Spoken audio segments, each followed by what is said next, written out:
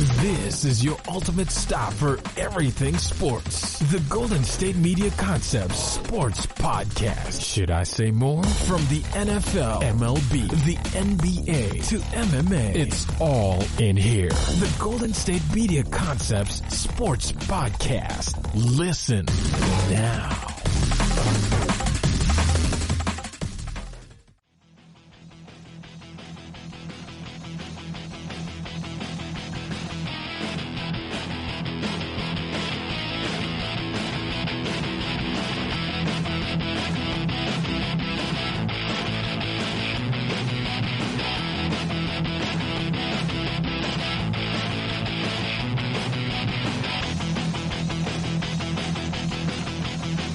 Hello, everybody.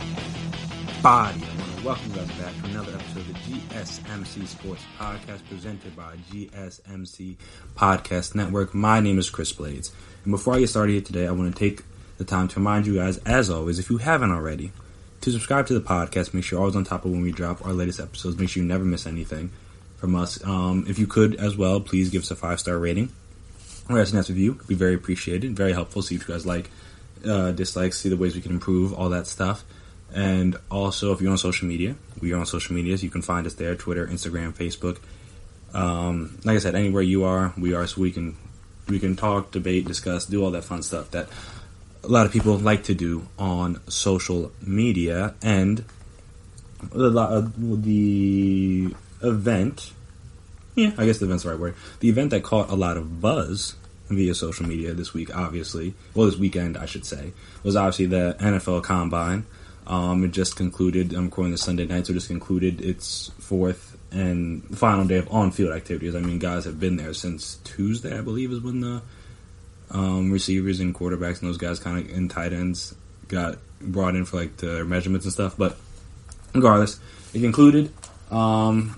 This, like I had talked about on previous episodes, like they changed up the format, they changed up some of the drills that they did. They changed up the times in which it was shot to obviously allow it to be more so in prime time, to obviously have more eyes on it, because like we had discussed, normally we just throughout the day over the weekend, and obviously people could still see if they wanted to see it, but they were trying their best to maximize the viewership, so they put it in the primetime slot this weekend. And I mean, I guess we'll see what the numbers look like when they come back. But from my vantage point, everything seemed to go well. Nothing seriously bad happened. All the events all the days and drills went off as they should have. Like I said, they tried some new things. Some of them worked, in my opinion. Some of them didn't.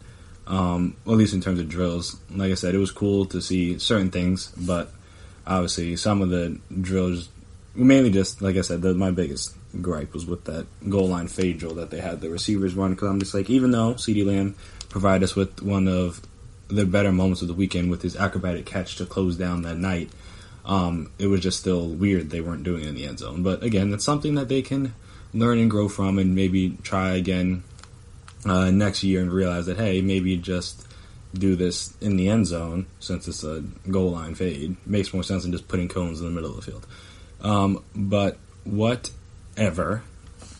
So stemming from that, there were a lot of guys who, I mean, this is a chance for guys to help, I guess in fairness, to help both raise their draft stock or drop their draft stock in theory. I mean, a lot of guys make a lot of money this weekend just because they put on good performances, put on good shows, and then that cause people to either to go back and watch through their film again to see if they missed something that didn't come up, or they didn't notice, and then obviously, like I said, go back and look based on their testing numbers just to see, like, oh, maybe this guy's faster than I thought or quicker than I thought. Or when you see the guy go through the drills, like, oh, I didn't notice he could do this or do that on the film. Let me go back and see if I missed anything. Then obviously, same thing can happen in the reverse, where if the guy runs slower than you thought, or the guy's not as agile or not as quick or not as strong or not as explosive, then you might have to go back and look like, hey, did I overrate this guy? So it works both ways from that. But there was quite a few people who, in my opinion,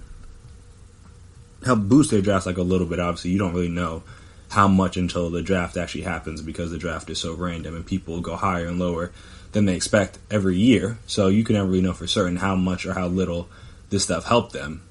But one of the guys that I think helped his case out quite a bit, especially on this last day on Sunday, was cornerback from Florida, C.J. Henderson. He ran a 4.39, which I don't know exactly what he was supposed to run, because I mean, obviously I don't know exactly how fast he is or isn't, but I mean, anytime you run a sub 4.40 at a skill position, that always helps your case. He was what I think tied for 7th fastest 40 at the combine. So yeah, only 1, 2, 3, yeah, only 6 guys ran.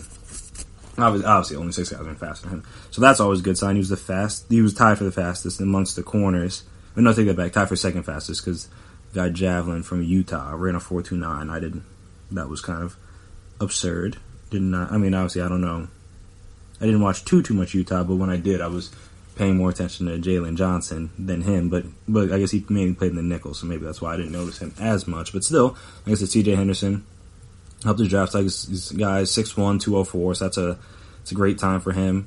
Had a good vert at 37.5, which was tied for 5th amongst corners, and had a good broad jump as well, 10.7, top 10 amongst corners again. So yeah, he put on a good show. And then also the biggest thing for him is that he looked. I mean, I think Daniel Jeremiah on the broadcast made mention of this too, but he looked one of, if not the best corner out there in terms of his movement and his fluidity throughout the drills, and just like his overall smoothness. Because I mean, that's kind of what you hope for in these in when you're evaluating corners and stuff. We're looking at corners in these things, just like how do they move in and out of their breaks, how do they move their hips, how do they flip their hips, how do they track the ball, how are their hands, stuff like that. And obviously he, in the opinion of the experts, obviously I don't consider myself an expert on this stuff, but in the minds of the experts in this, from me watching, he looked really good. So, and I was like in a situation where Okudah was kind of in and out of the drills, due to I guess some little bumps and bruises, and obviously I think a conversation with Dion to take himself out, which I will get to a little bit more in the next segment. He kind of separated himself because, as Dion mentioned, as many of the other guys mentioned on the broadcast, Okudah was like clearly the best corner in the draft, in the class, I should say. And there's just like the fight for who's number 2, and obviously the combine's not the be all end all, but C.J. Henderson did himself favors in terms of trying to put himself in that number 2 corner off the board slot. So that was good for him.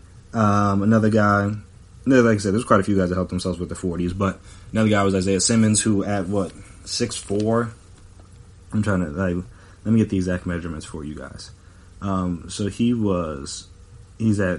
mind you, he ran in the top 10, like tied for 7th fastest 40 out of every position as a linebacker, though I mean, in fairness, he could play safety or even corner, just how much how they lined him up all over the place at Clemson. But at 6'4", 238 pounds, he ran a 4.39 40, had a 39-inch vertical jump, and an 11-foot broad jump, I believe, which is some of the best numbers out of all positions, period.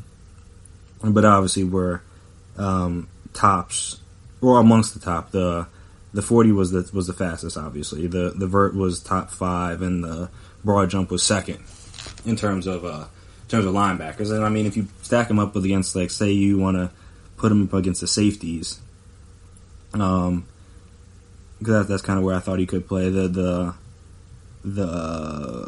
broad jump would have been 5th. His vert, which would have been, what did I say it was?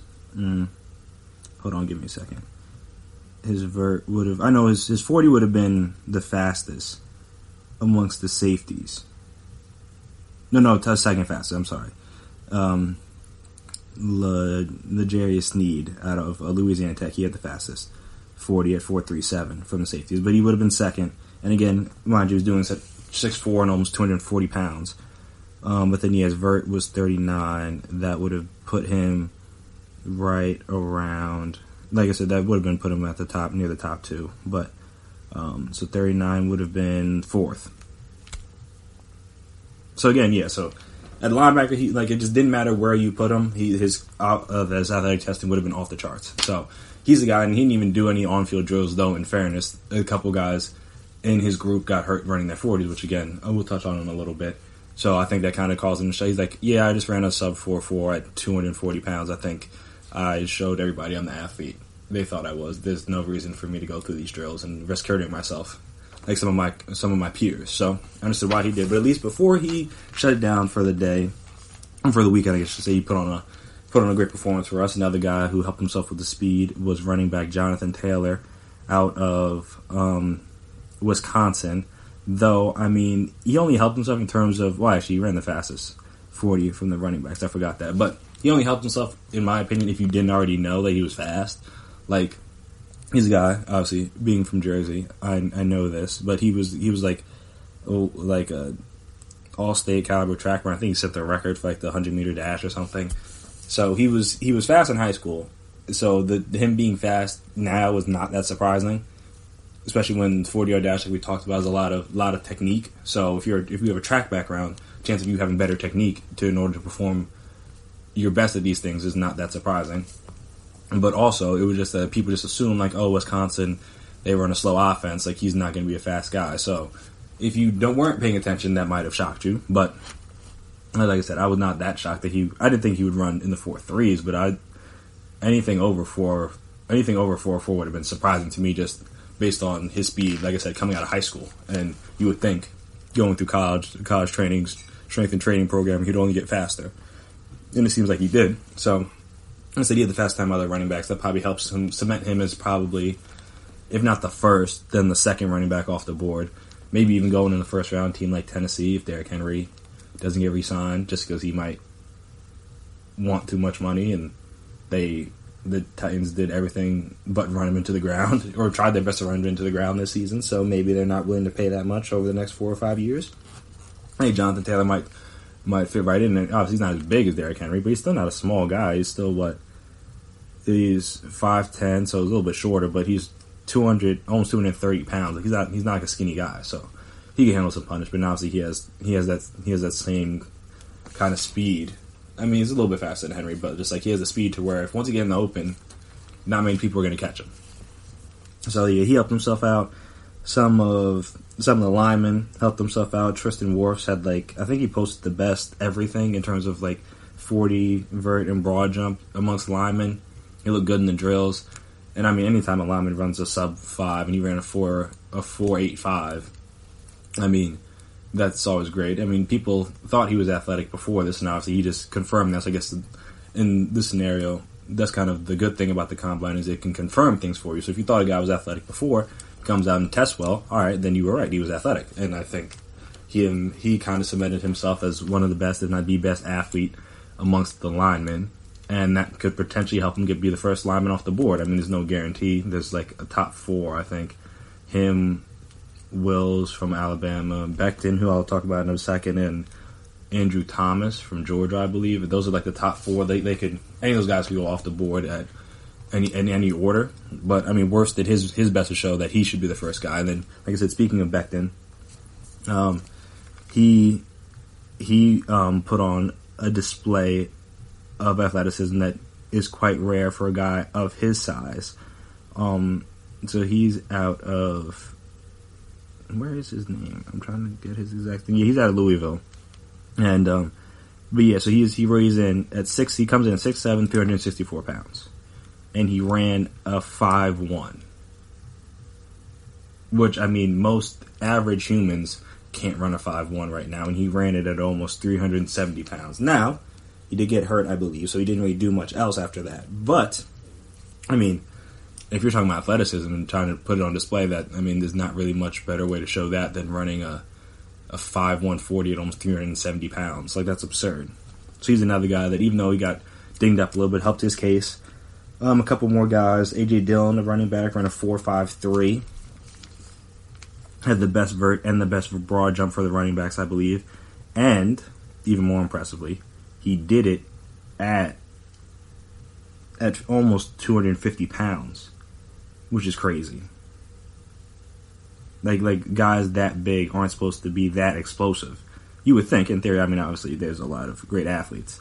Aside, obviously, like we just talked about, the guy Becton ran a 5'1" at 370. So big guys can be good athletes too. But I mean, he kind of showcased his athleticism a little bit, just to show that hey, he's mainly just a ground and pound kind of guy, just like a what's it called? How they used to say, 3 yards in a cloud of dust kind of running back. That's kind of how they use him, and obviously he got a lot of wear and tear on his body. They gave him the ball a lot at Boston College. But if people were worried about his athleticism, he tried to put some of that to rest a little bit. And obviously, like, he put out a good performance. I mean, he's not going to get drafted in the first round or anything, but now he may get drafted a little bit higher than he would have had he not, like I said, if he not come out and put this kind of performance on display for all the SEC. And a couple more guys that kind of did their thing, in my opinion. A couple of smaller school guys, the safeties, like I talked about, I think on the last episode, about how these kind of things are almost most important for the smaller school guys to kind of showcase that they can hang with the big boys, quote unquote, in terms of like they're not lesser athletes. And the two guys, Jeremy Chin and Kyle Duggar. Jeremy Chin out of Southern Illinois, and Kyle Duggar out of Lenoir-Rhyne, I believe is how you pronounce it. Both put up great performances. Jeremy Chin he had one of the best 40s for the safeties. He came in at 4.45, so tied for third at almost 6'3", 220 pounds. He was a big guy. Ran a 4.45, which, like I said, is third among safeties. He had a 42-inch vert. He had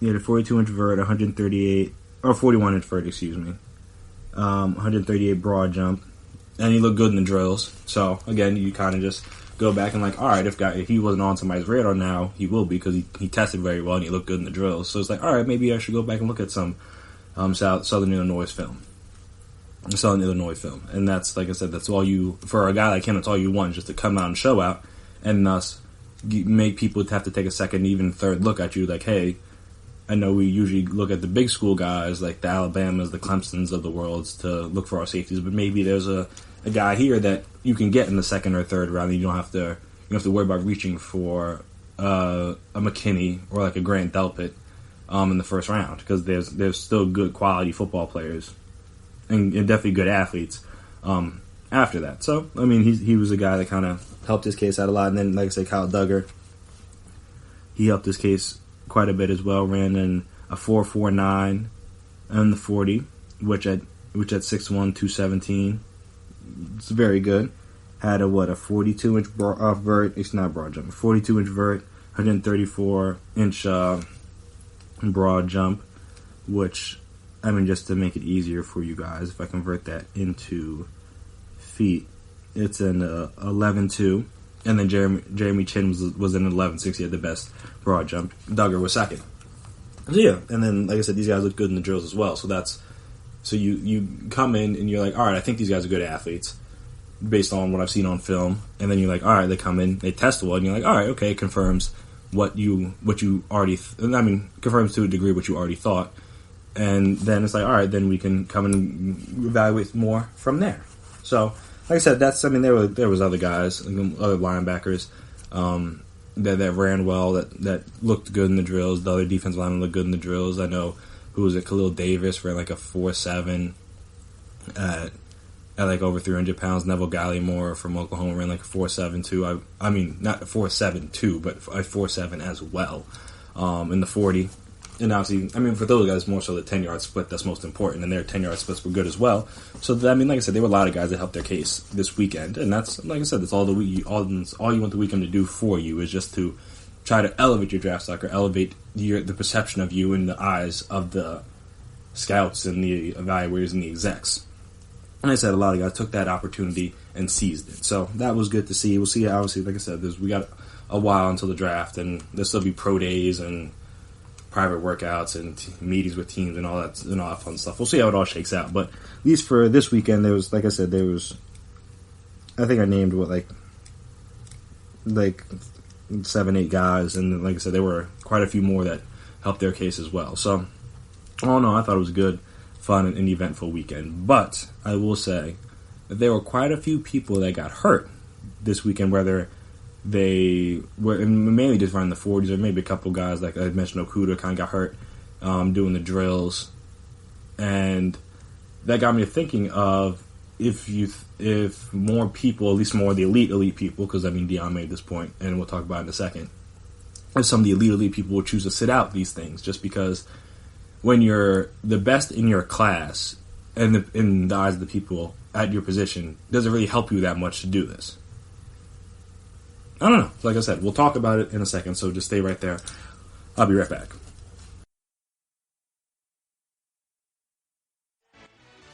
Are you looking for the very best NFL and college football podcast? Then check out the GSMC Football Podcast. Get the latest football news both on and off the field. From the NFL Draft to trades to the rumor mill to the NFL Combines, they got you covered. That's GSMCpodcast.com/football-podcast. Get updates on college rivalries, game day insights, and much, much more. It's football talk the way you want it. This show eats, sleeps, and breathes football. Don't forget to like them on Facebook and follow them on Twitter. Visit GSMCpodcast.com for more info.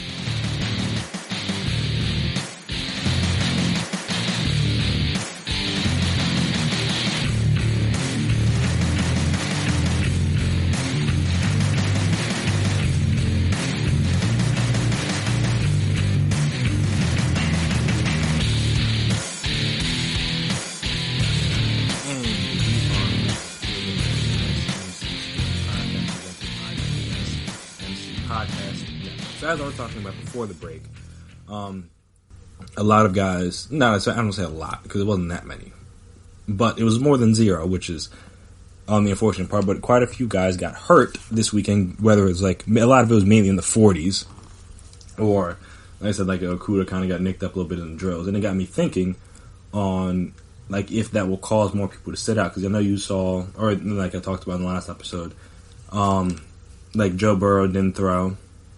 Tua obviously didn't throw because of the hip injury. He wanted to make sure he's all right. Chase Young didn't do anything. Grant Delpit didn't do anything. I know there's a couple other guys that didn't really do much. And, I mean, a lot of people will knock them for, like, you want to, like, oh, you want to show the competitiveness, you want to show, like, the desire to show you're the best, and blah, blah, blah, and, like, that's great. However, as I mentioned, I want guys on my team that are smart. So, like, if you're Joe Burrow, what does running the 40 or doing the vertical jump or throwing to receivers that you don't know and have never, like, thrown to and have no chemistry with, what does that do for you? Like, how does that help you how does that help your draft stock at all? And in my opinion, it really doesn't.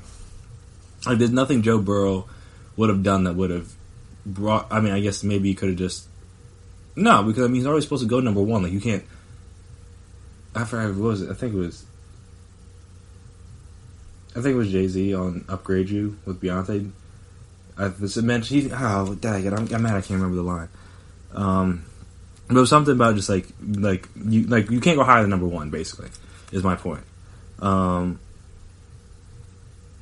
And yeah, and I'm saying if Joe Burrow's already supposed to go number one, then nothing he could do was going to... Oh yeah, he said, going back to Jay-Z, he said, how are you going to upgrade me? What's higher than number one? And that's the point. It's like, if you're already going number one, there's nothing you can do that can make you go any higher. I'm like nothing Joe Burrow would have done, no matter how fast he ran, how well he looked in the drills, how athletic he tested. Nothing can make him go higher than number one if he was going to go number one. Like, you can't go any higher. Now, some of these other guys, like, all right, they maybe, like a Justin Jefferson, like, maybe upgrade himself from, like, a second-round pick to maybe a late first-round pick. Like, those are the kind of guys that this kind of stuff helps. Or, like I said, the Jamie Chins or the Kyle Duggars or the Jonathan Taylors, C.J. Henderson, those kind of guys that aren't necessarily the top of their class of their position. All right, then it makes sense to maybe compete. But for like a Joe Burrow type, it doesn't make any sense. And then also, like, you see guys that are maybe a little bit lower down, like a Henry Ruggs. He tried to go out there and compete, hurt himself running the 40. Now he ran fast, and that was cool, but then he got hurt, and then he couldn't do any of the drills, which is, I mean, we knew he was fast before then. We didn't need it was cool to see him if he was going to break the record, but it's like, we knew he was fast. It wasn't, if you watched any Alabama game ever, you knew that he was fast on the field. A 40 time was not going to confirm that, or was not going to change that for us. He was going to be fast regardless of what happened. So, like, did he really need to run the 40? No, but I guess it was just cool to find out. But again, if he didn't run the 40 like Lamar Jackson, I think he didn't run his 40 because it was just like, you knew he was fast. Like, me running the 40 doesn't prove anything, and honestly, it was better for him because it would have played into the wide receiver stigma that he had around him coming out of Louisville, which, I mean, is weird because he won a Heisman, but different conversation. But yeah, so it was like, you knew Henry Ruggs was fast. Did he really need to run the 40 to prove that? No, not at all. And not because of that, but in part of trying to prove that, he ended up getting hurt, and then now he can't compete in the drills, and then now maybe he hurts himself for his pro day. Maybe now he won't be able to do stuff at his pro day. Or, I mean, it didn't seem that serious. He'd probably be fine, but just like, now you're just worried, and now maybe if he wants to go work out, or team's going to bring him in for a private workout, now he can't because he's dinged up. I'm just like, that was it really worth it? I don't know. Who else I know? Laviska Shenault. He tried to run, and he ran a slow time, and then it comes to find out he was dealing with a core muscle injury that needed surgery. That I think he's having surgery Tuesday. But in the sake of, I want to compete, like, he was going to go out there, and then not only did he hurt himself by running a slow time, but then he also maybe hurt his injury worse. I think they said this wasn't like a new thing. Like, he was dealing with this before, and he was trying to just like go out and compete through it. And now he needs surgery. So I'm like, did he really need to do that? And obviously that hurts him just because people already had questions about his durability before this, and now he gets banged up again and needs surgery. So that's not really a greatest look for him. Guys, I think who else? The corner from TCU, Jeff Gladney. I think he was going through stuff with a torn meniscus, which, I mean, good for him that he can do that. But, like, I think he's going to need surgery too before the draft, and I'm just like, I understand you're not Jeff Okudah, but like there's a line between risking hurting it worse. You don't know when you got to do all these, because especially at corners, they were doing a lot of change direction, play and cut, play and turn kind of drills. Like, you could have hurt your knee worse doing that, than now you're out for longer, as opposed to just sitting out. But again, no, gotta go out there, gotta compete with the guys, gotta show you're a dog and all that stuff. And I'm just like, it's just dumb, in my opinion. If you're at the top, because you're hurt. Like, if you're hurt, like, don't risk it. But then also, so guys that weren't hurt, but they ended up getting hurt, linebackers, I think, who was it? Kenneth Murray and Patrick Queen both got hurt running their 40s, even though they ran good times for linebackers. But they got hurt running their 40s, just trying to go out there and showcase their speed. And it was just like, and then that in my opinion, caused Isaiah Simmons to shut it down, because he was like, oh, okay, yeah, no, I'm not. I just ran a 4.39, I'm good. There's nothing else I need to do. Plus, I just saw two guys in my own draft class, in my own position group, get hurt before me. So I was like, all right, why am I even risking this? And I don't know exactly if that's what Simmons was thinking, but if that was, it makes total sense. Like, why are you going to risk getting hurt in, like I said, what many people view as in the underwear Olympics, basically? It's just like, very few of these things are really practical in terms of what you're going to do on the field, but it's just a way to, just guys go out there and compete just to see who's the best, or who's the fastest, or who's the quickest, or who can jump the highest, and all that stuff. And I mean, it's cool to know. At the same time, like, very rarely are you ever going to be running 40 yards in a straight line. And very rarely are you ever going to be jumping straight up off of 2 feet. Very rarely you're going to be jumping, like, see how far you can jump. Like, again, just stand still, just lean, and see how far you can jump. Like, though it showcases different things, but like, the actual drills themselves aren't necessarily practical in terms of football related things. Like, very few guys, I think, outside of Okudah, which I'll get to in a second, got hurt doing actual football-related, like, the position drill stuff. It was all, like, in the testing stuff. Like, even the one guy, I think, hurt his arm, hit his elbow on the knob of the vertical thing. And there was, like, this little, like, freak stuff that it's like, all right, it's cool to know how high this defensive lineman can jump or whatever, but, like, at the end of the day, does it really matter? Or I think it was defensive lineman or linebacker. I don't remember exactly which one it was. But I know he was missing out on the drills because he had to get his arm wrapped up because he hit on the vertical jump, like, machine, whatever you want to call it. But yeah, it's just like a lot of guys get dinged up, and now you're just seeing is like, if I'm a top guy, like, is this really worth it for me to go through? Like, for what? Like I said, like with Jeff Okudah, like, I think he like tripped or whatever, took a weird fall on like one of like the turn and like run and like jump up, high point the ball drills. And then I know Deion was saying something to him as he was walking off, and then when he came back, he was kind of having a conversation with him, and he's like, hey, look, like, and they commented, like I said, they had on the broadcast too, was like, hey, look, the gap between him and the second best corner is like pretty big.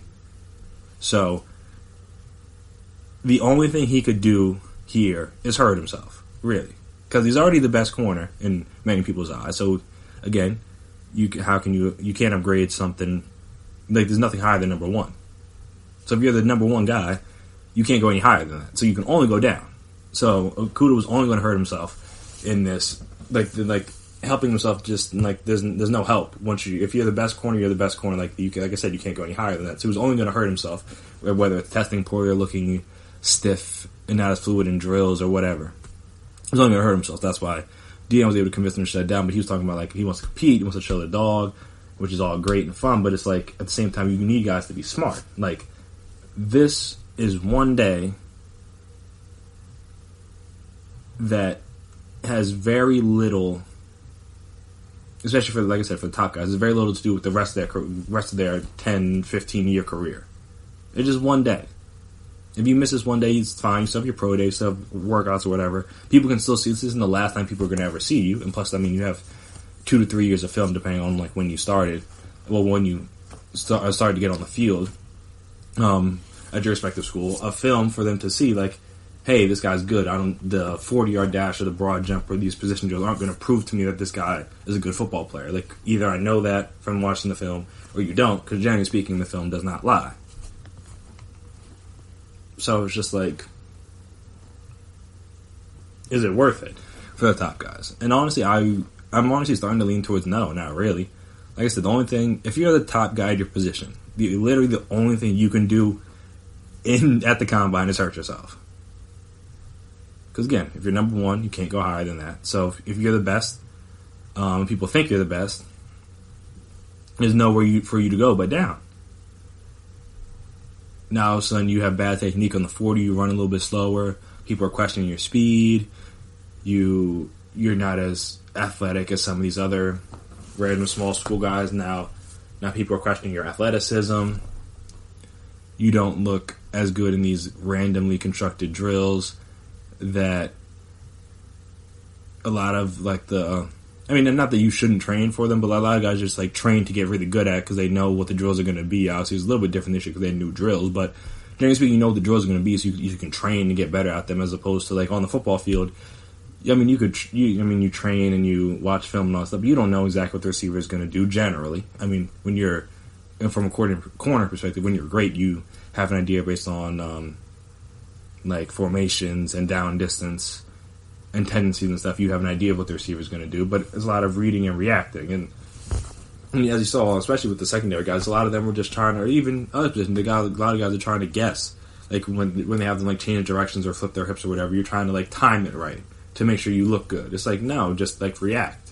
And that's what football is you reacting. You're not waiting for something to happen and then you're waiting for a guy to point you in a different direction. Like, no, you're just reacting.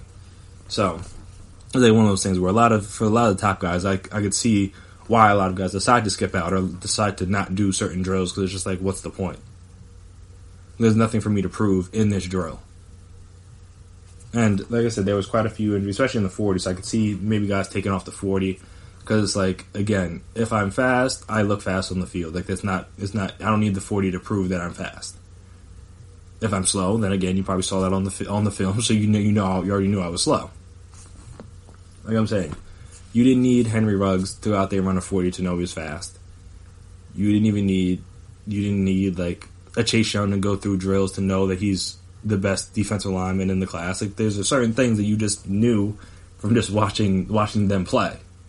And like I said, for the top guys, nothing was really going to change that, in my opinion. Like I said, it only could lower, in my personal opinion, it only could lower your draft stock. So we'll see how, like I said, there were quite a few people, especially on the 40s, that got hurt. We'll see if less guys run their 40s. I know a lot of guys will, because that's, again, a lot of the smaller guys can't really afford to take that risk of skipping out on drills. But the top guys, it's like, what's the point, honestly? If you want to run at your pro day, run it one time, cool, be done with it. But, like, no reason to risk injury at the combine. Then if you get hurt during the 40, then you literally miss out on most of the drills.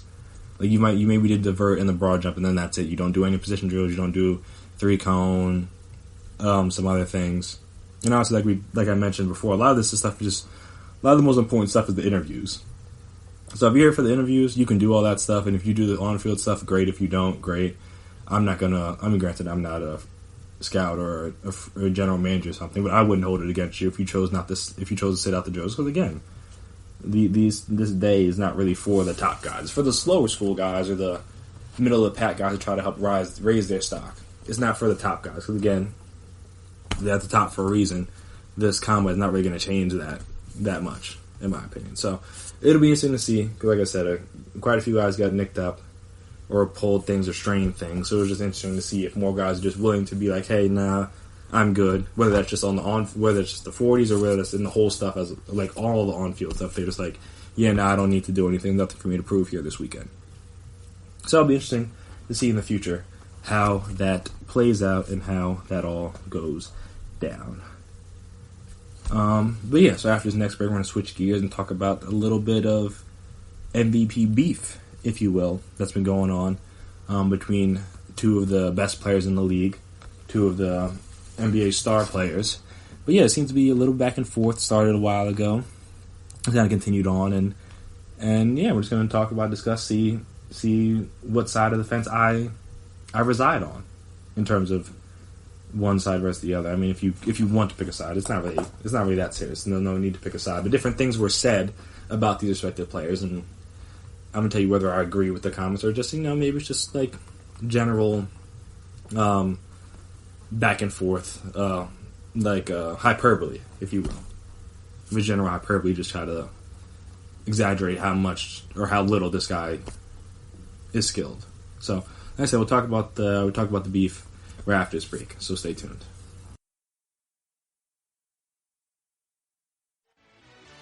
Check out the show that's built on the MMA. From the UFC to extreme cage fighting, they got the fights covered. Check out the GSMC MMA podcast. Get the latest news on past or upcoming fights. Join us as we talk to and about some of the biggest names in the MMA, past, present, and future. When it's the fight game, there's just one show to check out. GSMCpodcast.com/MMA-podcast. Don't forget to like them on Facebook and follow them on Twitter. Visit GSMCpodcast.com for more info.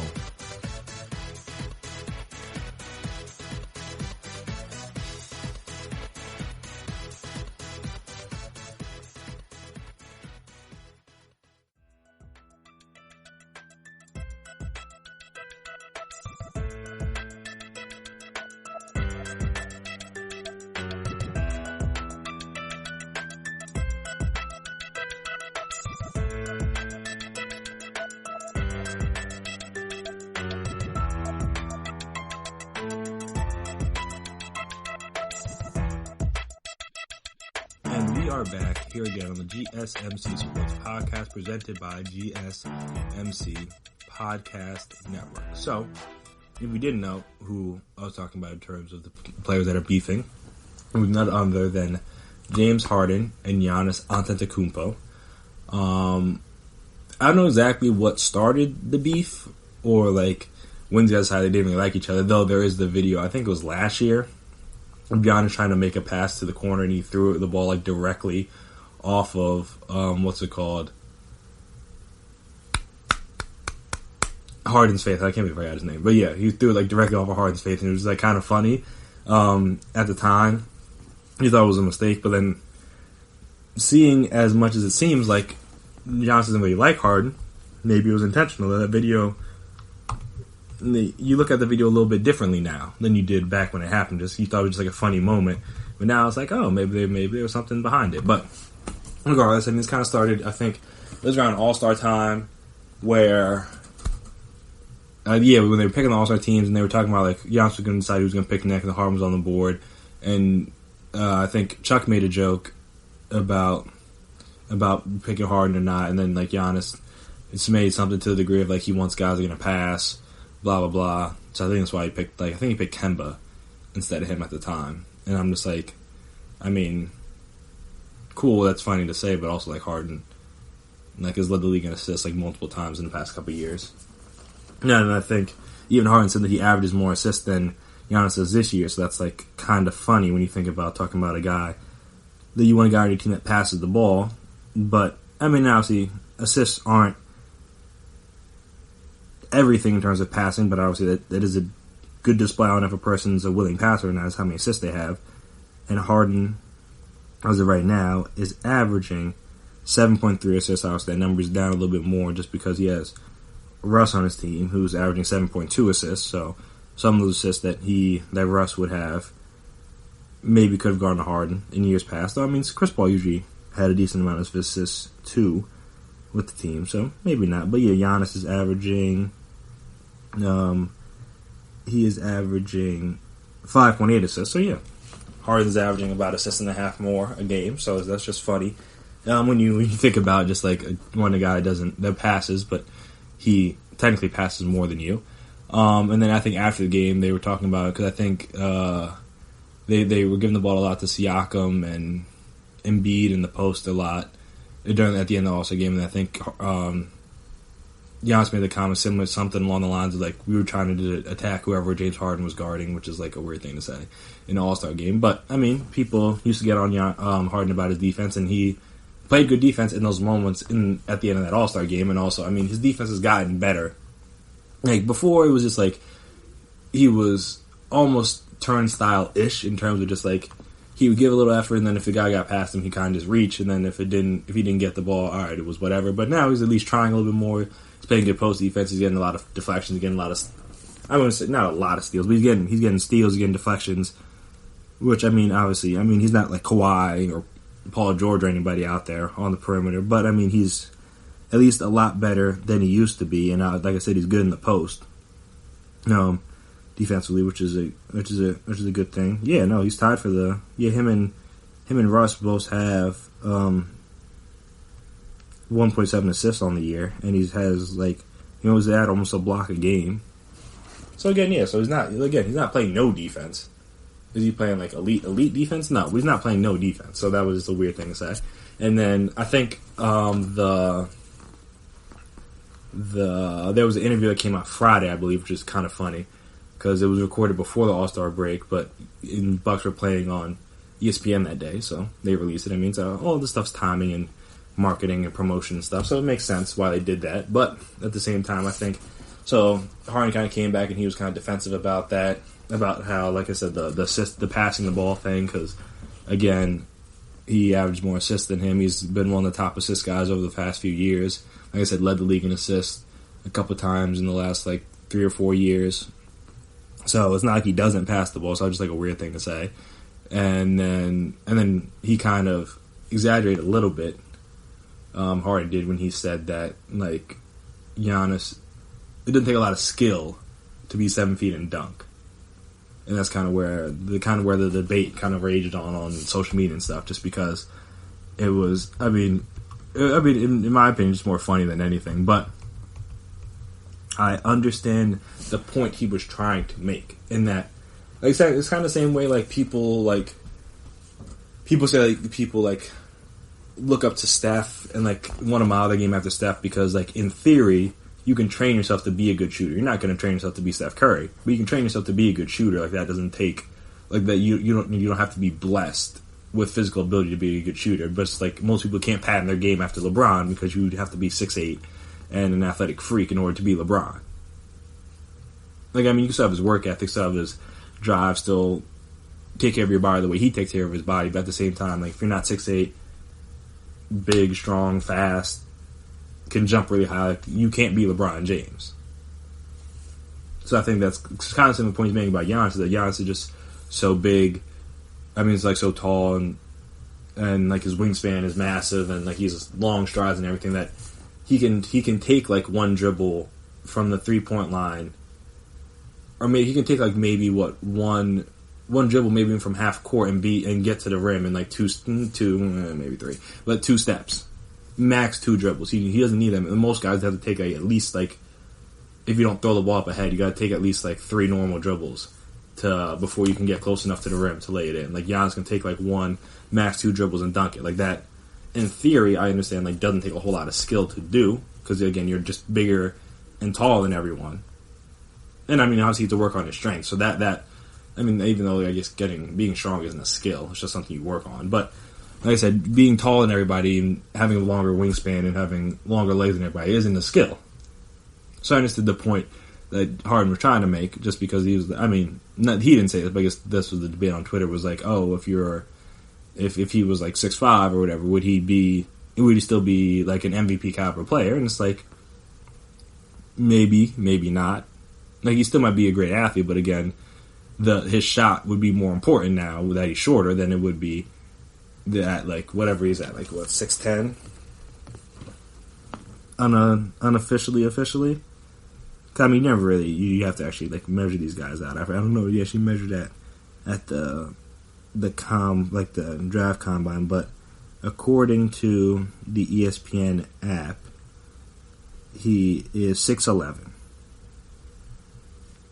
So yeah, like, being tall isn't a skill. Having long arms isn't a skill. Now, you need to be skilled in order to, like, dribble and drive past people and lay it in through contact and, like, do other things. So that takes skill, but I guess being tall that's not a skill. So I understand the point Harden was making, though. I mean, again, everybody in the league is skilled in some degree. I mean, look at Shake Milton today for the Sixers. I mean, he's going up against Kawhi, PG, Beverly, Beverly to a lesser degree, but Kawhi and PG, 2 elite perimeter defenders, and he was cooking them. Now the Sixers lost, but he was cooking them, and obviously no one would come in and be like, oh, no one would think Shake Milton was like a good NBA player before like, I guess this recent stretch of games and playing pretty well.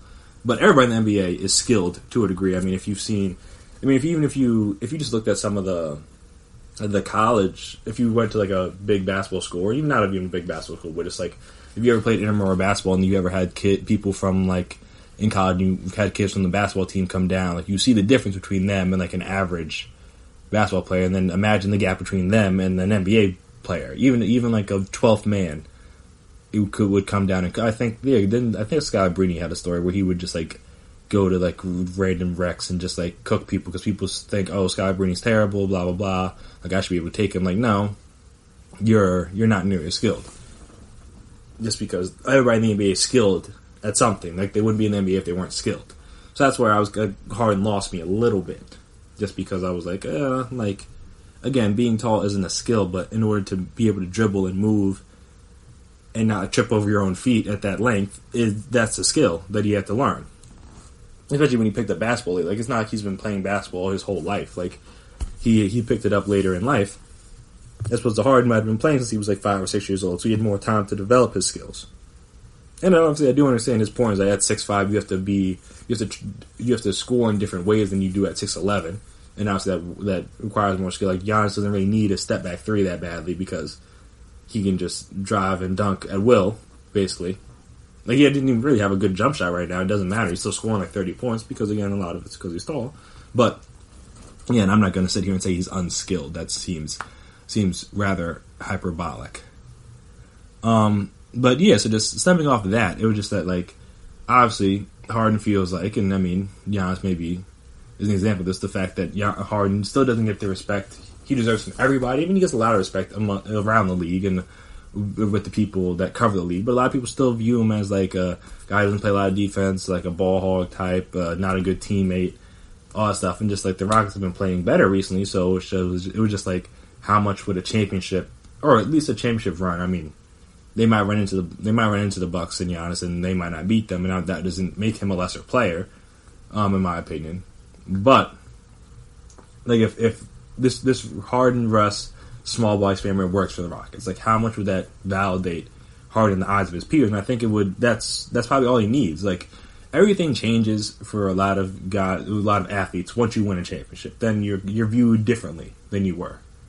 Whether that's right or wrong, I don't know. But people are viewed differently when they have a championship on their ledger. And I think Harden getting that championship would be big to kind of just quiet all the noise about him not being a good teammate, not being too selfish, not performing in big moments in the postseason.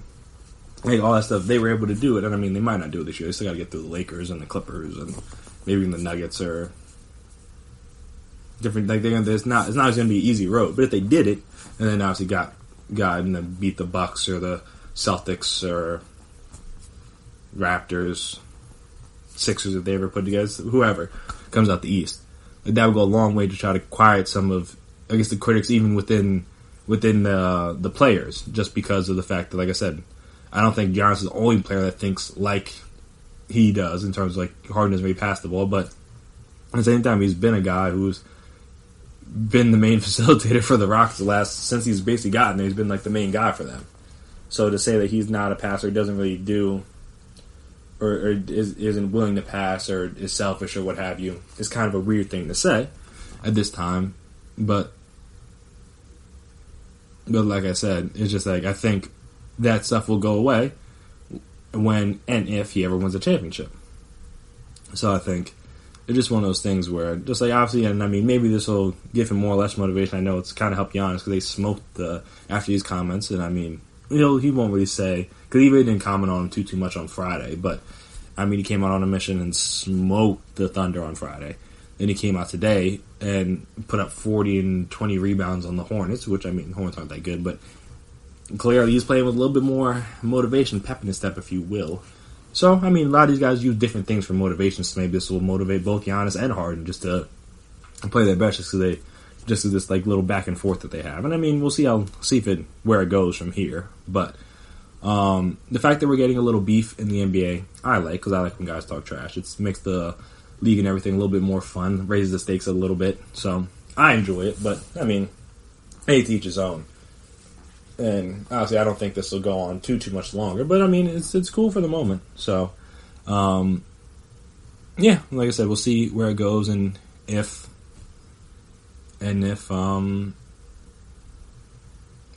will get the respect he deserves amongst his players and amongst the peers that cover the sport of basketball. So we'll see how that goes. But speaking of beef, some of the NFL players have beef with Tony Romo because that man is going to get paid. And so, yeah, we're going to come back and we're going to talk about that. Talked about if the hate is warranted for Tony Romo, and how that will affect other commentators that come along in the near future, i.e. Peyton Manning. Will he get the same type of bag? We'll talk about all that stuff right after this break. So stay tuned.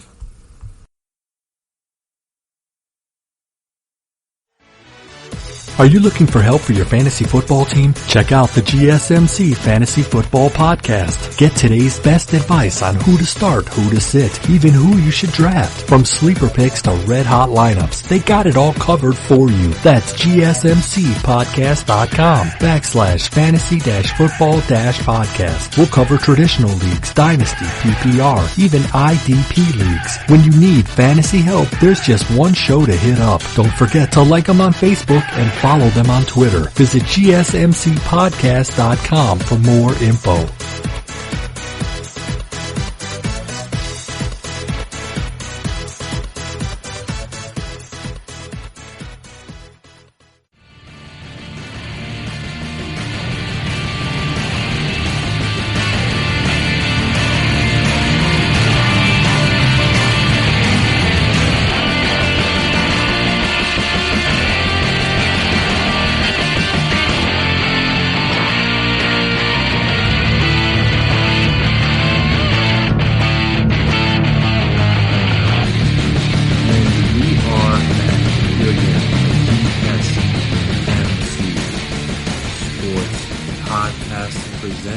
by GSMC Podcast Network.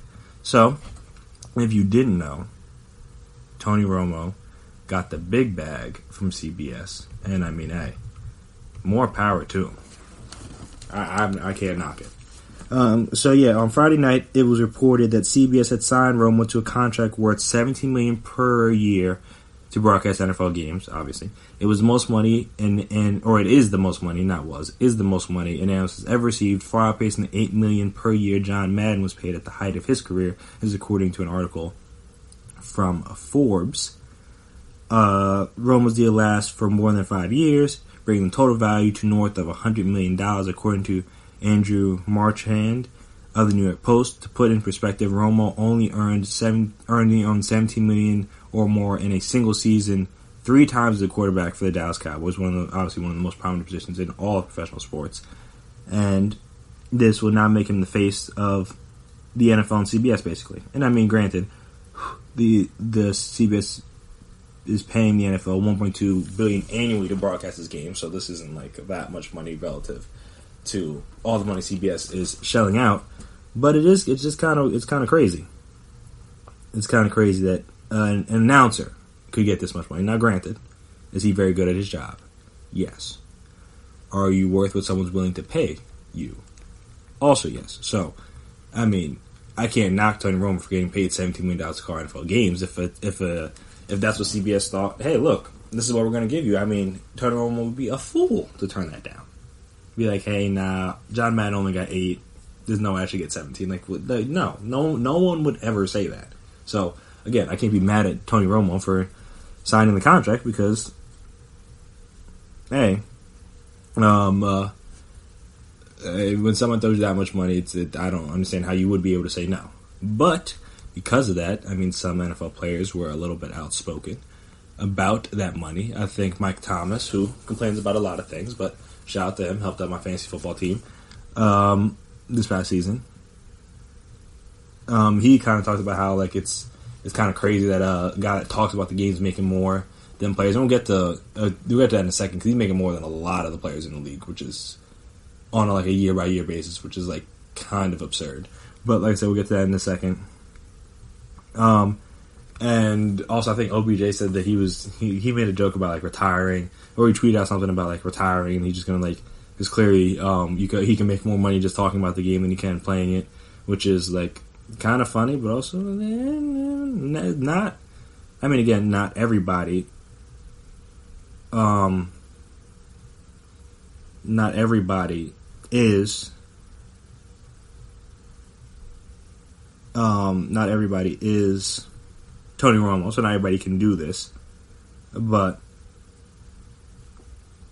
at the same time, that's a lot of money for a guy to, again, just talk about football, not actually be in the line of fire, not play anymore, but just talk about it. So yeah, the tweet I found it from Odell said, "I'm done playing football, exclamation point. I just want to be an announcer now," with a couple laughing emojis. And I mean, hey, if they were giving out $17 million, I wouldn't be mad at him saying that. But like I said, it was just kind of absurd. And when you look at the money he's making, and you compare it to some of the players around the league, it puts you into more perspective how crazy it is. So now, the one thing I will say is compared to other quarterbacks, he's making scratch. He's a lot of the top quarterbacks in the league obviously all make more than $17 million per year. So he's right around, for this upcoming season for 2020, in terms of salary cap values from over the cap, he is right in line with Andy Dalton, who's making $17.7 million. But he's lower than Alex Smith, Matt Stafford, Cam, Jacoby Brissett, Nick Foles, Joe Flacco, Jimmy G, Kirk, Big Ben, Jared Goff. He's below a lot of guys, and almost every guy that's under him is mainly a backup or on their rookie deal. So very few prominent stars other than I guess Tom Brady. Well, I thought Tom Brady. This is weird, but whatever. Yeah. So Brady, and obviously we'll see what Drew Brees and Brady get when they become free agents. But or even a Dak or something. I guess when they make free agency, how much higher or lower he would be on this list. But yeah, no, there's a lot of guys that are making more than him. But if you look at every other position, oh, it's bad. Like running back in 2020 salary cap value, he's making basically more than every running back not named Todd Gurley. So, I mean, you can put in perspective how wild that is. For every receiver, he's making more than, I think, 4 receivers next year. Again, this is in terms of salary cap value. Tight ends, I think he's probably making more than everybody. Yeah, the highest salary cap value tight end is Zach Ertz, who's at $12.4 million, which obviously not anywhere near what Romo's getting. Offensive tackle, or just offensive lineman in general, he would be 4th. Lower than everybody. I mean, higher than everybody, but Trent Brown, Nate Solder, and Taylor Lewan. For defensive line, he's making more than everybody. He'd be top 10, so right below Calais Campbell, but above guys like Trey Flowers, Melvin Ingram, D Ford, J.J. Watt, Joey Bosa, DeForest Buckner. So yeah, that tells you what that's like. From a linebacker perspective, he's making more than everybody but Khalil Mack, Von Miller, Chandler Jones, C.J. Mosley, and Zadarius Smith. So he was making more than Luke Kuechly would have made, obviously retired. Making more than Miles Jack, Bobby Wagner, who else? Ryan Kerrigan, Levante David, Eric Kendricks, Deion Jones, Preston Smith, Anthony Barlock. So yeah, a lot of guys. And then for defensive backs, he's making more than everybody but Stephon Gilmore. So, like Tyrann Mathieu, Marcus Peters, Jalen Ramsey, Patrick Peterson, Richard Sherman, Darius Slade, you name all the top corner safeties, whoever. Tony Romo was making more than all of those guys. So again, I could understand why the players found that at least to be a little bit funny, because it's just like, whoa, this guy again. Now, we'll get to that in a second, but we'll get to my other thought in a second, but it's like, whoa, how can this guy who's just talking about the game be getting paid that much? I'm not saying that he shouldn't be getting paid a lot, because again, he's good, very good at his job. And as we've seen when guys like Jason Witten or other guys that try to come in, like not very many people are that good that early. I mean, even guys like, for on a different sport, but like Chuck and Shaq weren't as good. I mean, even they're just like studio, I mean not hosts, but just like studio analysts. They're not like doing play-by-play or color commentating and stuff. Like, I don't imagine Mark Jackson or Jeff Van Gundy, obviously I don't know, or even like a Mike Breen, I don't think they were this great right like their first year doing play-by-play. Maybe they were, and obviously maybe I'm too young to know that, but again, not everybody can just be that good off the rip. So Romo has shown an elite ability to be good at this, so it's like, hey, okay, he's being compensated properly. But again, from a player perspective, I could see why they'd be a little angry, especially when they're currently going through CBA negotiations. So we're trying to get as much money as they can, and it seems like even now the owners still don't want to give them a lot of them saying even a lot, but an even split of the revenue. I think there's still it was still about 52-48, like 51.5, 48.5, somewhere around there. So the owners still getting more of the money than the players are. So they're trying to fight for every last cent, crumb, what have you, to get the most money they can out of the owners. And here are big executives throwing monies at former players to just, like I said, to just talk about the game, not even play. But the other point I was going to make, which is why it's a shame that these guys are looking at that, because it's a bad look for them. Because in theory, you want guys like Tony Romo, who are good at their job, to make a lot of money, so that it gives these players, in theory, an avenue to continue to make money after their career is over. Because if Tony Romo's good and gets a lot of money out of this, then who's to say that the next great guy that retires and is really good at their job can also make this kind of money? So they can still be making millions and millions of dollars even after their playing days are over. So I'm saying that was my only issue with it. I mean, obviously, again, I'm not a player. They're allowed to feel however they want to feel. But I'm saying you shouldn't knock, especially a guy that's a former. It's not he's it'd be different if he was a guy that never played the game. And then maybe they feel that we're like, whoa, how is he getting, he never even played. You have to go through what we went through. He's just talking about the game, like how was that right? And I mean, again, the world's not fair, so it is what it is. But at least Romo played it at a pretty good level. One of the better Cowboy quarterbacks in history, one of the better quarterbacks in the league during his best years. Obviously, the only thing that really hurt him was just the injuries. He couldn't always stay healthy. But yeah, I mean, he was a good player and has probably led into a good post-playing career. So, as a player, you would think, all right, that's him doing well, making a lot of money out of this means that I could too do well and make a lot of money out of this. Now, again, you have to be as good as Romo was, or is, I guess I should say. But I mean, I just thought it was weird to knock him and be mad at him because they want to pay him a lot of money to talk about sports. I mean, hey, look, that's not. Again, you're worth what people are willing to pay you. And if somebody's willing to pay him that much, then hey, more power to him. But then, I'm saying, if he can get paid that, then that means other former players that are good at announcing or color commentating, whatever you want to call it, can also get paid like that. So, like I said, it was weird because, again, this is, in theory, helping out the players as well, because then people or networks or whoever may be more willing to give former players that big money to be color commentators or analysts because they see what Romo could do. I mean, again, you have to be as good as Romo, but at least this gives them an opportunity to make money because a lot of guys don't really have many opportunities to make money once they graduate. Once they finish up, they retire. I mean, granted, some of them use that money to go into other businesses, start franchise restaurants, or invest in different things, or what have you, or even like Romo, go into TV. So at least now, these next crop of players, I guess you could say, that may be retiring. All right, this is an avenue for them in order to continue to make money, even after their playing career is over. Like I said, i.e. someone like Peyton Manning, who's been in talks with ESPN about maybe taking a role with Monday Night Football. And obviously, he has to showcase. I mean, maybe he doesn't, honestly, because it seems like ESPN is willing to throw the bag at him as well, just to make sure they don't miss out on him. I think they tried to get him last year and it didn't work out.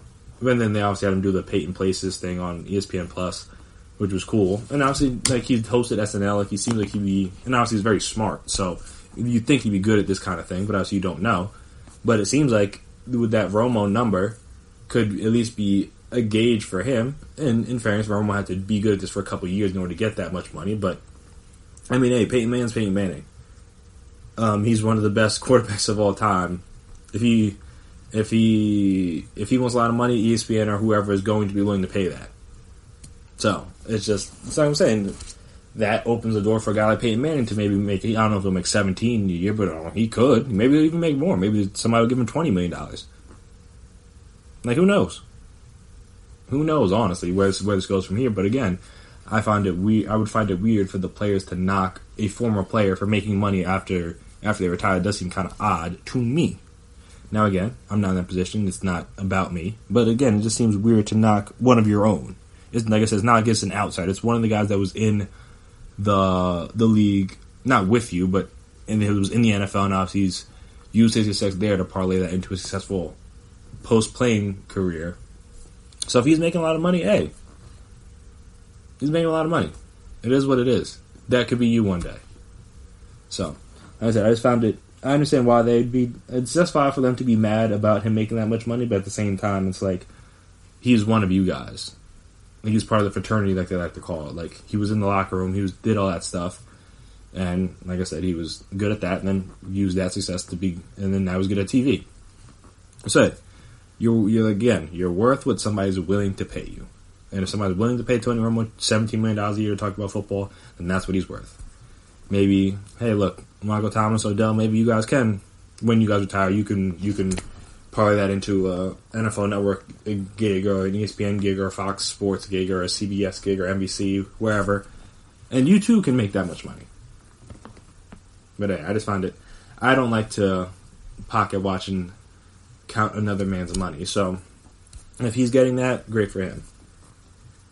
I too can one day aspire to get, well, not be Tony Romo, but per se, but just I can aspire to make that much money, whatever it is that I want to do with my life. I'm not mad at Tony Romo for making that, because again, if CBS thought that's what he's worth, who am I to tell them that he's not? So that was just weird. to me. But hey, more power to Tony Romo, and like I said, we'll see how that'll affect the Peyton Manning negotiations with ESPN, because it seems like ESPN wants him bad, and Peyton knows that, so he's probably it's not gonna be cheap. Let me just put it that way. It's not gonna be cheap to get Peyton Manning to do Monday Night Football, but we'll see if he gets more or less than Tony Romo did. But yeah, so after this next break, we're going to come back, and there was more news this weekend out of the world of boxing, and in that, Deontay Wilder's initiated the rematch. I forget if it was like rematch clause or whatever it is in his contract, to where he had 30 days to initiate a rematch, and then I guess Tyson Fury has a chance to agree. Or I guess maybe he could, in theory, I guess he could turn it down, but it didn't seem like he was going to turn it down. So it sounds like that's potentially going to go down in Vegas in sometime over the summer, like July. And I know I was pretty outspoken about this after the fight, and my opinion really hasn't changed that much. I think this is a terrible idea for Deontay Wilder, and I will tell you guys why right after this break. So stay tuned. Are you looking to get your college football fixed? Looking to get the latest news on your favorite school's team? The GSMC College Football Podcast is your ticket to all things college football. Join us as we talk college football, from the national championship, the college rivalries, the bowl game, to the Heisman Trophy. To which conference is the best? We've got you covered for the Big Ten, SEC, Big 12, the Pac-12, ACC, and everything in between. Download the GSMC College Football Podcast on iTunes, Stitcher, SoundCloud, Google Play, or anywhere you find podcasts. Just type GSMC in the search bar.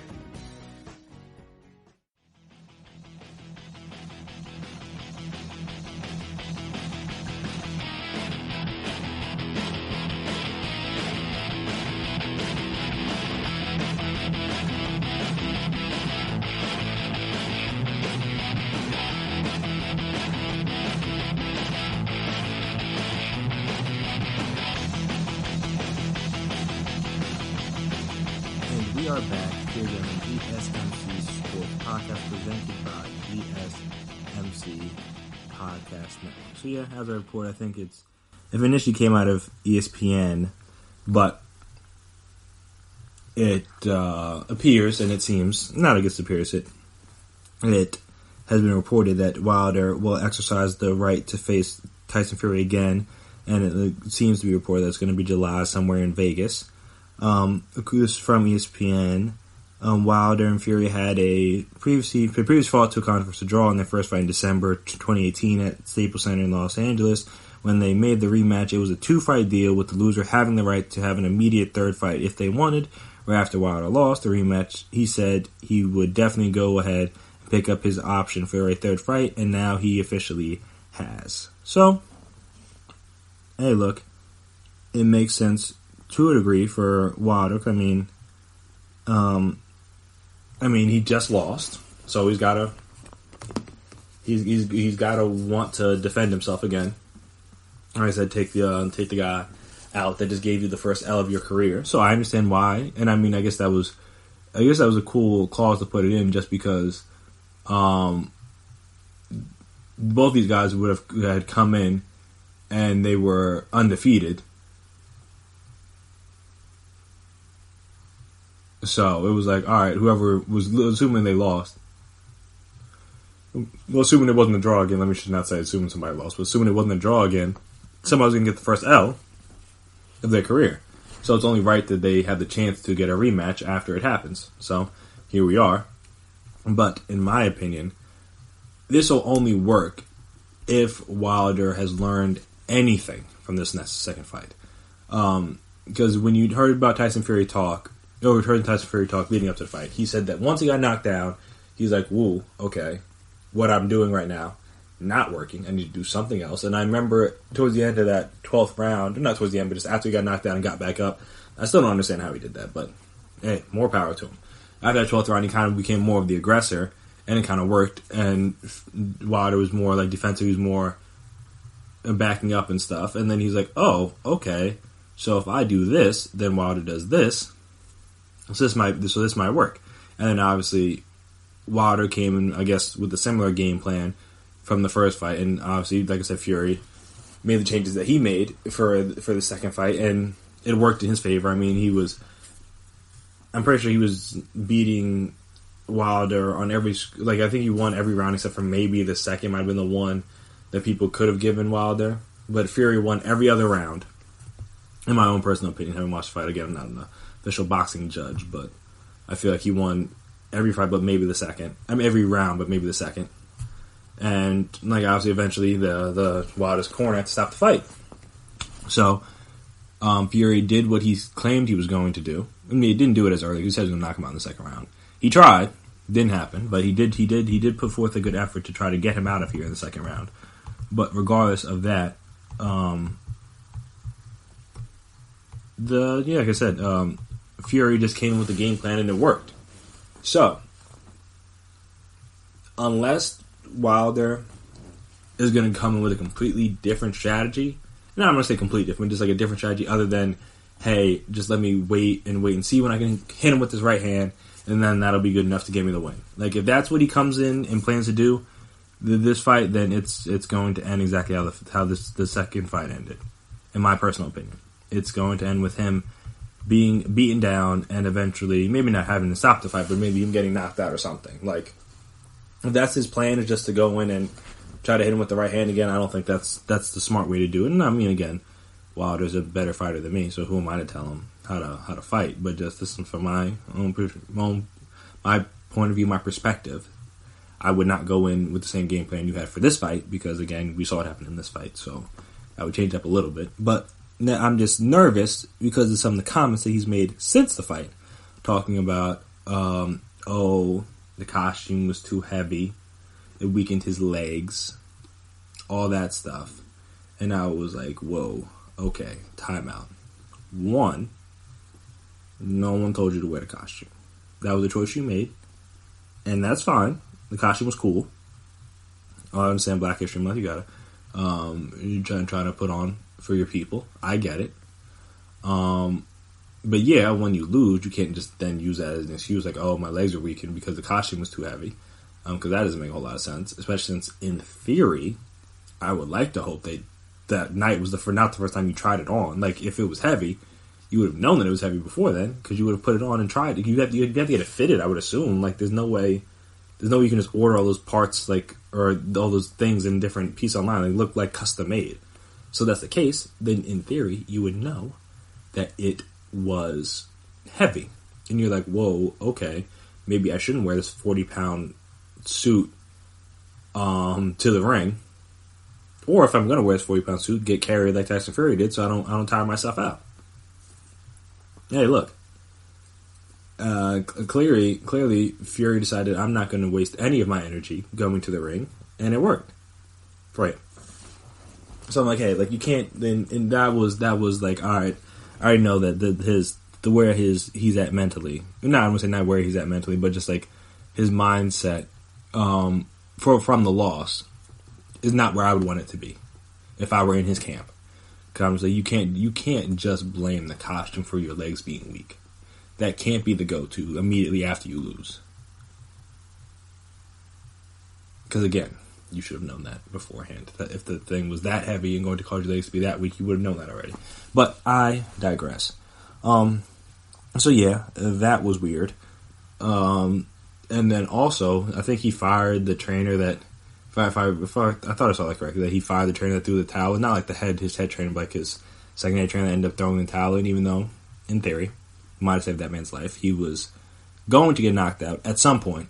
And, I mean, I'm happy it was stopped because, like, for the last couple rounds, it was a mess for Wilder. It was just like, hey, he just had to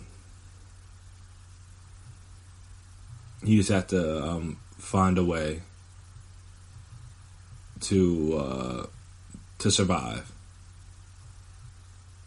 because it wasn't looking good for him at all. So, like I said, he should be happy that trainer threw that towel in on him, because he was just gonna get beat down. Like, imagine if that went 5 more rounds, it would have been a disaster. He probably would have. I think he already had to go to the hospital. So imagine what would have happened if he had 5 more rounds of punishment on his head and his body.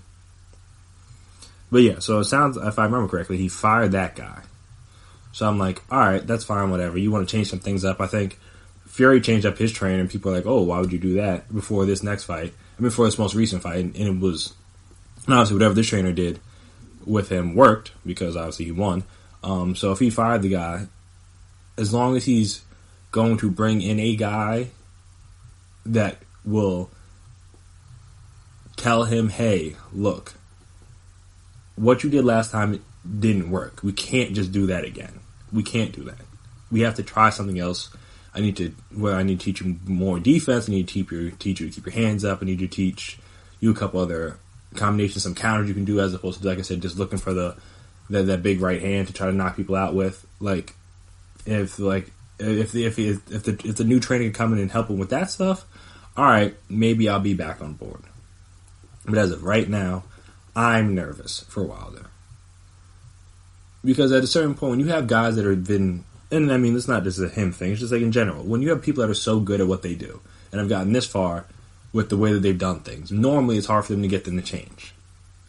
Now, you would think maybe the first loss would get some people to change, but maybe he and maybe some of his trainers or some of his camp may think it was a fluke. Maybe it's like, hey, look, sometimes it's not your night. Sometimes it just isn't your night, and he got. Like, all right, that's fine. But if he only believes that, like, no, the plan I had was a good plan, then he's going to go in there and get whooped on again. And now I don't want to see that for Wilder. I don't want to see that. I want to at least see a more entertaining fight. And I'm not saying he's for sure going to beat Fury, and again, barring any big changes to his boxing style, that his best chance is just to catch him with the right hand and knock him out. And even as we saw, that's not a very easy thing to do. So that's what I'm saying. Unless he's going to change his mindset or his mentality heading into this fight, and maybe some of the things he does in the ring. Hey, look, am I going to watch the third fight? Probably. But, like, I'm not excited about it, honestly. Now, I said, if I hear some things from the training perspective or just from his camp that, like, hey, look, we're trying this, we're working with this guy, we're working with that guy, whatever, then all right, maybe I'll be a little bit more intrigued. But as of right now, not excited at all. Not even a little bit. Because like I said, I just don't want to see Wilder get beat up on again. That wasn't enjoyable. But like the third round, I'm just like, oh god, just end this fight, please. Like, please, because it's bad for Wilder. And like I said, and unless something drastically changes, it's going to be bad for Wilder again. So I hope that this loss sticks with him, connects with him, and it causes him to reflect internally, like, hey, maybe I need to learn a little bit more boxing technical skill, because I can't just, because I'm not bigger than Fury, I'll never be bigger than Fury, I'll never be taller than Fury, I'll never be heavier than Fury. So he's not afraid of me. Well, a lot of guys have been afraid of him now, and I mean, in fairness, he's had other fights where he's been losing. I think there's the one fight he had with Ortiz, he was losing, and then obviously he landed the one shot, and then boom, alright, the fight's over. But it seems like that's not that easy to do against Tyson Fury. So you can't just wait and hope for the knockout. At some point, you're going to have to try to be a better boxer than him, and I don't know if he's a better boxer than him. Like, his best chance is for Fury to just be cocky. Like, hey, yeah, no, there's no chance this guy can beat me. Lets his guard down, boop, he gets hit, and then you knock him out. That's like his best chance, in my personal opinion. Unless, again, something drastic has to change. If something drastic changes, then alright, I will change my thoughts on this thing. But as of right now, his best hope is Fury gets cocky, whether it's leading up to this fight or in the ring, and he can catch him slipping. Because right now, I'm nervous for Wilder. I really am.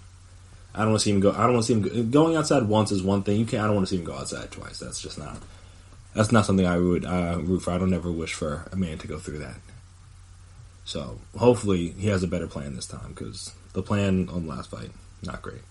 But we shall see how that goes. Obviously, we got a lot of time between now and then, so we'll see what changes he makes. But I hope he's not just. I hope that he actually has a plan this time. That's all I'm hoping for. Or he has a better plan. Let me say. I'm assuming he had a plan in the last fight. It just didn't work. So I hope he tweaks that plan. I hope you can't just go in with the same game plan. That's like it's like a team going into game plan, getting smoked, and then the coach being like, "Hey, the next time we play this team, we're going to do the exact same thing that didn't work last time." The coach will get fired. So hopefully someone on his team, on his training staff in his camp can connect with him like, hey, look, we need to tweak some things, we need to do some things differently, maybe bring some people in to try to teach you some things. And maybe that'll work, because like I said, whatever they did in the last fight, don't do that again. Please. Do not do that again. But we shall see. So, after this last break, we're going to come back and we're going to talk about Andy Dalton, surprisingly enough. He seems to have a little bit of a market out there. So, we're going to talk about teams he could potentially go to, and the teams that I think, or the team, I should say, that might be the best fit for him and his services. So, we will talk about all that stuff right after this break. So, stay tuned.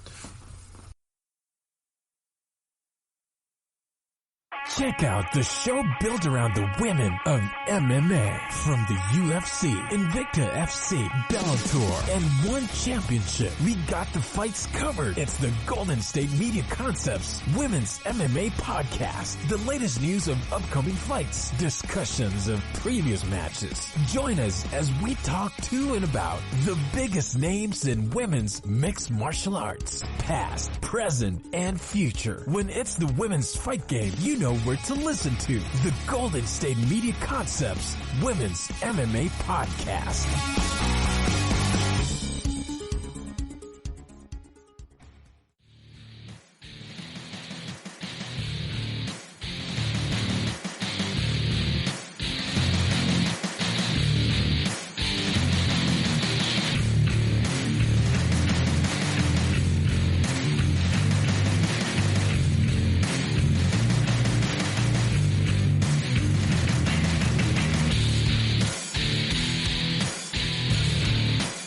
We are back here once again on GSMC Sports Podcast, presented by GSMC Podcast. So, Andy.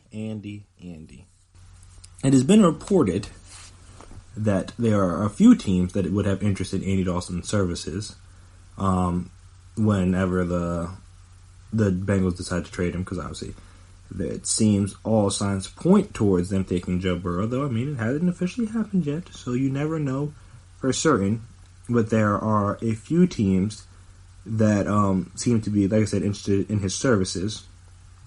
And those teams include the Patriots, which, I mean, a lot of signs are pointing towards Tom Brady leaving, so I mean, they need some sort of plan, because I don't think Jarrett Stidham's the answer right now. I mean, obviously, Bill Belichick would know better than me if Jarrett Stidham was the answer, but I didn't think Jarrett Stidham was the answer coming out of college at Auburn.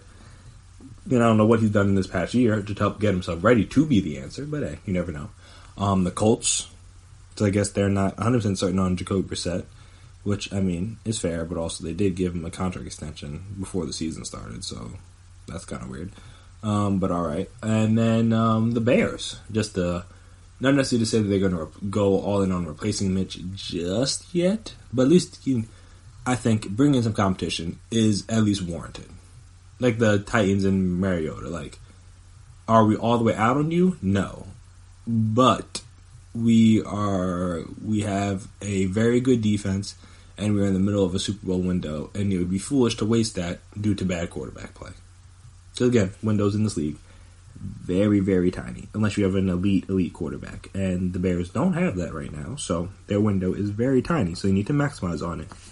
And if they got no playoff wins out of the Khalil Mack era with the Bears, that would be nothing short of a disaster. So they need to find a way to help make it so that doesn't happen, and maybe Andy Dalton's the guy. Granted, he has won no playoff games in his career, but at least he's gotten there multiple times. So that's at least a start. You can't win a playoff game if you don't get to the playoffs. So we'll see how that goes. But yeah, so those seem to be the three teams that would be vying for the services of one Andy Dalton. And all three are different and interesting situations. So if you look at the Bears. The Bears are literally just an average quarterback away from being a playoff team. And then, I mean, again, assuming their defense doesn't take a step back, which, I mean, it shouldn't. Most of the guys are in their prime. Maybe they can upgrade from a guy like Leonard Floyd, who's been a little see what they do, because it seems like Prince is they cut Prince. So let's see what they do outside of opposite Kyle Fuller, I should say. Have to figure out what to do at safety opposite Eddie Jackson, because Clayton Dix is the free agent. You have to figure out what to do at linebacker, because Well, outside of Roquan Smith, because they have Roquan Smith, so that's locked up. But Trevathan's a free agent. Nick Witkowski, I believe is how you pronounce it, is a free agent. So they got to figure out what they're going to do at the other linebacker spot, who they're going to bring back, because I don't think it wouldn't make any sense to bring back all of them, because you're only playing 2 inside linebackers at a time.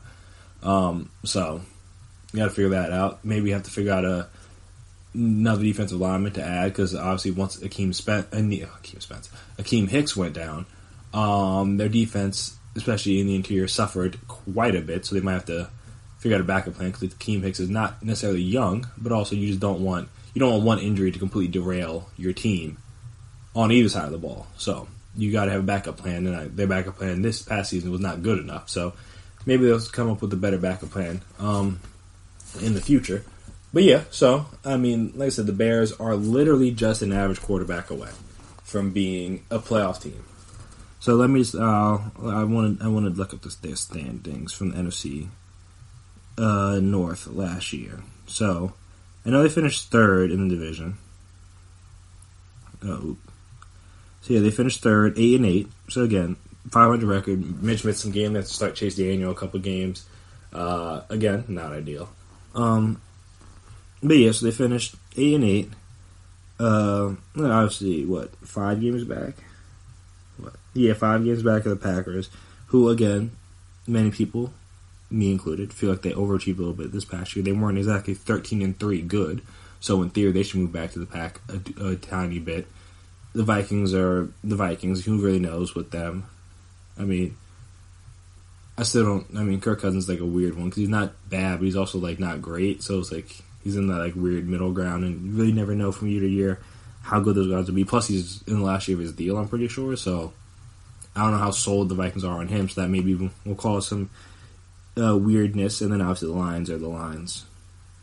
But yeah, so it's not like obviously the Packers were good this year, the Vikings are good, but I mean, the Bears would have been fine if they just had better quarterback play. So they gave up the fewest points in the NFC, I believe. Yeah, if I'm looking at this correctly, if they're looking for points for and points allowed, no team gave up fewer points than the Bears in the NFC. But also, no team except for Washington scored fewer points than the Bears. So that's kind of the issue. Like I said, the offense is the issue. And, I mean, Andy Dalton is at the very least an improvement on Mitch Trubisky. At the very least. Yeah, Andy Dalton's been to the Pro Bowl, 3 times? He went to the Pro Bowl as a rookie? Is this? It must be as an alternate, but still. Been in the Pro Bowl 3 times. Has had a season over 30 touchdown passes. Had multiple seasons over 25 touchdown passes, which Mitch has had one of those years. I think. How many touchdown passes did he throw? Mitchell Trubisky. He threw for 24 touchdowns in 2018. Go along with 12 picks. And in 14 games, I should say, threw for a little over 3,000 yards. And only threw the ball 400 plus times. And his first season, not great. His next season, this past year, also not great. So, there is that. Has never thrown for more than 3,200 yards, which Andy Dalton has done basically every season of his career except for 2018, where he only played in 11 games. I think he got hurt. And even then, he still had 21 touchdowns, 11 receptions, which, I mean, Mitch would have loved to have that this past season. But yeah, so at the very least, I mean, though he does throw a lot of interceptions, so that's kind of going to be the issue, because the Bears kind of need a quarterback that's not going to turn the ball over a lot, because again, you don't want to put your defense in bad situations. But yeah, at the very least, I think Andy Dalton is an improvement on Mitch. So with that being said, like I said, he's an option with the Colts. I don't know how much different he is than Jacoby Brissett, and obviously Jacoby Brissett's a little bit better of an athlete, and he's younger. So I don't know too much about that one. That seems a little weird, because like I said, I'm pretty confident Andy Dalton's better than Mitch Trubisky. And also, he's made the playoffs. He's played in 4 playoff games. So he's made the playoffs 4 years. Because they always haven't won one. But I mean that's pretty good. That's all the Bears want, just to get to the playoffs. That's like all you're going to ask for from them, which is get to the playoffs. He made the playoffs 4 years in a row. So I mean that's good. Hasn't made it since the 2014-2015 season. So it's been a few years, but still he's made the playoff 4 times. So that's a start. And so going back to that was from the Bears pick. We're going back to the Colts. It's just like, I don't know how much better he is than Jacoby Brissett. And they're also paying Jacoby Brissett a good amount of money. So I don't know what they would do with him. If they bring in Andy Dalton, that one seems kind of weird. And plus also they're looking at a more veteran. They've been linked to Brady and Phillip. So it's like, is that just like their backup plan? Or, because I would think the backup plan would just be start Brissett again. Because he wasn't like that bad, in my personal opinion. Like, was he great? No. But he wasn't like that bad that you're like, we have to move on. You're just like, all right, if we can get something better, we can get something better. And I don't know if Andy Dalton qualifies, or even if Phillip Rivers, I don't know if that qualifies as getting somebody better than Jacoby Brissett. Because in theory, you want to upgrade. You don't want to just stay the same, because it's like, sometimes change for the sake of change isn't that good. If you're going to change to upgrade, all right, by all means. But if you're just changing just because you want to change, then it's a little bit more dicey to me, personally. And then the Panthers. Oh, I guess the Panthers could be an option, but I don't think they've been linked to him yet. But the Patriots are a team where that one makes probably I don't say the most sense, but that makes a lot of sense. Just because if Brady leaves, they literally have no option at quarterback right now. So they got to find somebody, and I don't know how much. I got to figure out how much. Let me see how many years Andy Dalton has left on his contract. But that would be a good stopgap for them. Then that gives them a guy that at least allows them to compete a little bit this year. Because I mean, the AFC is still not going to be that great. I don't think. Dolphins are going to be young and trying to improve. The Bills, I mean, they may be last year's Bears or 2017 Jaguars, where they're a team that's quarterbacked by a guy that's like kind of all right at best, and they overachieve because of a really good defense. Then, unless Josh Allen continues to make strides, which I mean he can do. I don't think he's peaked as a quarterback, but again, there's still a lot of things that he needs to improve on as a passer, in my opinion. So, like I said, the Jaguars took a step back in 2017 after they went all in on Blake Bortles. The Bears took a step back this past year after they went all in on Mitch. And you hope, and just the way the teams kind of line up and their strengths and weaknesses of both the team and the quarterback, you could see that happening to the Bills again. But again, the division, not great. So it's possible that the Bills could still do well and end up even winning that division this next year, though. I mean, again, it'll depend on the continued growth of Josh Allen. The Jets are the Jets. Hopefully Sam Darnold doesn't catch like mono or anything, because that really derailed their season. Because people thought that him and the Jets were going to be better this year, and they weren't. But though they played better towards the end of the season once Darnold got back healthy. But again, he has to deal with that. So yes, I think so. Andy Dalton has 1 year left on his deal. He has 1 year left on his deal. And then he's an unrestricted free agent. So you're trading for him for 1 year. So now, and again, he's only, 32, I think? Yeah, he's 32. He'll be 32 this year. Or this season. 32, going on 33 or just 32? Let me check that. Let me check when his birthday is. His birthday is in October, so he'll be turning 33 during the season. So that gives you a year to see what you have. If he gives you a chance to compete, cool, you can sign him to another short year deal. If he stinks and the Patriots stink, all right, fine. You can get Jarrett Stidham in there, and then if he stinks as well, then you got Trevor Lawrence coming out. You got Justin Fields coming out. Who else? I mean, those are the top two.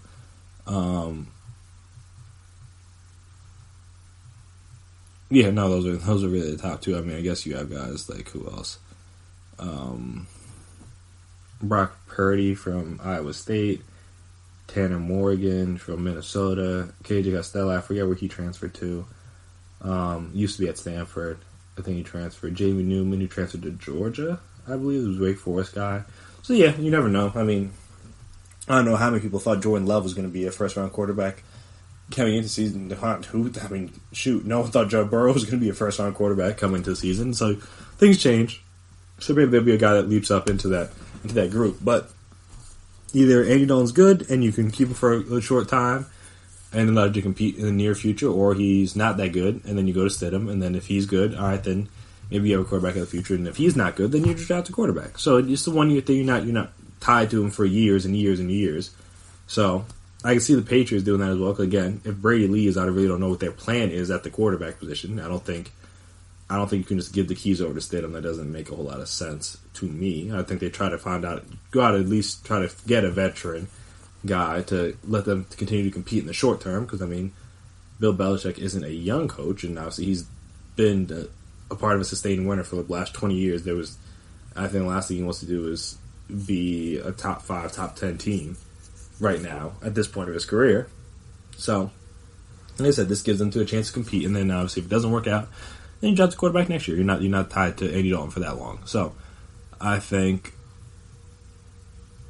personally the situation that probably makes the most sense is the Bears, just because they just need average quarterback play. Like average to slightly above average, and their team is fine. Assuming the defense doesn't completely fall off. But assuming that doesn't happen, they just need average quarterback play, a decent offense, and they'll win 9 to 10 games, I think. They won 8 games this year with bad quarterback play. So that just tells you if they got better quarterback play, they probably win a few more of those games. Maybe they might be 10-6, maybe even 11-5, and maybe they sneak into the final spot. Plus, the new CBA comes, I think it's supposed to be a 7th seed. Yeah, I think the 7th seed would happen as of this upcoming season. So, hey, there's an extra playoff slot for teams like the Bears to slide into. So yeah, that probably makes the most sense. The Colts one is kind of weird. I don't know how much better he is than Jacoby Brissett. And the Patriots make sense, again, assuming Tom Brady leaves. If you just need a short-term option at the quarterback position, Andy Dalton seems like a decent one. There are much worse ones you could have out there. So I'd probably go Bears 1, Patriots 2, Colts 3 in terms of my opinions on where Dalton should go. But hey, if the other two don't offer up what the Colts offer off the trade for him, then he's going to be a Colt. But yeah, I think if I'm the Bears, I'm I excited about Andy Dalton? Not really, but at least it tells me they're not all in on Mitch, because you can't be all in on Mitch at this point. That was 3 years of his career. He's had 2 bad seasons. And then one season where he was, not bad. He was, okay. And then obviously in the playoff game, he wasn't really that good. Though, you can put him in position, Cody Parkey. Again, the kick got tipped, so not all blame to Cody Parkey. But they had a chance to game when he field goal and he missed it. So, in theory, Mitch could have won a playoff game, though. That doesn't mean I don't really care about that stuff. A lot of people view quarterback wins as an important thing. It's not. It's a team game. But that's a different conversation for a different day. But yeah, so I go Bears 1, because again, they just need an average quarterback, and Andy Dalton is very much that, if not a little bit above average. Patriots 2, just because it gives them a short-term option in case Tom Brady leaves them high and dry. So they're not just going to go into a complete rebuild. And Colts 3, just because, again, I'm not sure how much better he is than Jacoby Brissett. And plus, Jacoby Brissett's thing is making $21 million this year. So I don't know, you can't have multiple. You can't paying your quarterbacks $40 million for 2 guys. I think Dalton's around 17, so that would be kind of weird, especially for 2 guys that aren't really that great. If you have 2 quarterbacks, you don't have any quarterbacks. That's kind of the thought process people in the league. So that's how I would view it personally. But I digress. And that'll do it here today for me here on the I said that weird, but regardless. That'll do it for me here today on GSMC Sports Podcast, presented by GSMC Podcast Network. I want to thank you guys for listening. As always, I want to remind you guys, if you haven't already, to subscribe to the podcast. Make sure you never miss an episode. Make sure you're always on top of when we drop our latest stuff. If you could as well, please give us a 5-star rating. Write us a nice review. Be very appreciated. I would appreciate it. The other people at the GSMC Podcast Network would appreciate it. The other people the other hosts of the GSMC Sports Podcast would appreciate it. So if you got some time, say something nice about us. And also, I'm on social media. We're on social media, so we can chat there. So Twitter, Instagram, Facebook, all that fun stuff. You can tell me why Andy Dalton would be better on a different team that hasn't even been brought up yet, maybe like the Raiders. I don't know. You can tell me why Deontay Wilder is going to win the next fight with Tyson Fury. You can tell me who you guys thought had a great draft, had a great combine performance. I should say, not draft performance, combine performance. Kind of the standouts that maybe I didn't mention or didn't get to. You could tell me why Giannis isn't really all that skilled. He's just tall. Hey, a lot of people on Twitter kind of believe that, maybe half jokingly, but a lot of people did have that opinion. So, hey, if you're one of those people, we could talk to me. I'd love to have a conversation with you about that. But that'll do it for me here. That has been my time. And until next time, peace out. You've been listening to the Golden State Media Concepts Sports Podcast, part of the Golden State Media Concepts Podcast Network. You can find this show and others like it at www.gsmcpodcast.com. Download our podcast on iTunes, Stitcher, SoundCloud, and Google Play. Just type in GSMC to find all the shows from the Golden State Media Concepts Podcast Network, from movies to music, from sports to entertainment, and even weird news. You can also follow us on Twitter and on Facebook. Thank you, and we hope you have enjoyed today's program.